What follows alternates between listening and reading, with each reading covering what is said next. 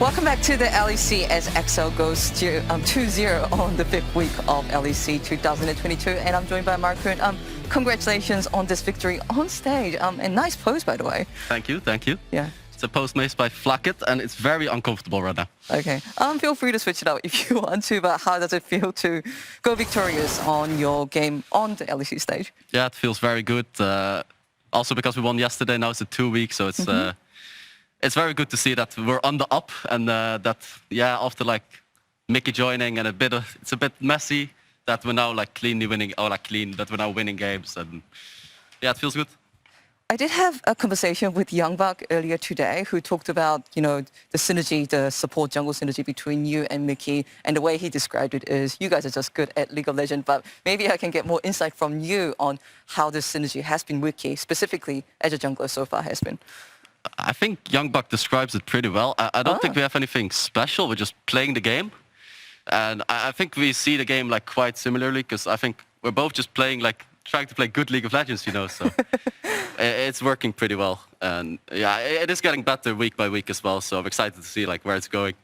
Okay, a random question. How would you define a good League of Legends? How would I define good League of Legends? Yeah. I think just cleanly winning the game, playing towards your comp. Maybe don't start Nash and throw. Maybe don't like start Drake and throw. Yeah. Okay, fair enough. And speaking of like a lot of Drake fights, your Xin Zhao was instrumental in many of those fights. Xin Zhao has been a very popular pick, not only in the LEC, but for worldwide. Like, being able to impact the lanes as well as contributing heavily in the team fights. What do you think about the champion Xin Zhao?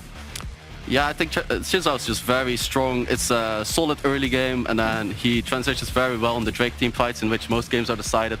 It's also very boring to play, and I hope teams start banning it against me soon, so I don't have to play this champ anymore.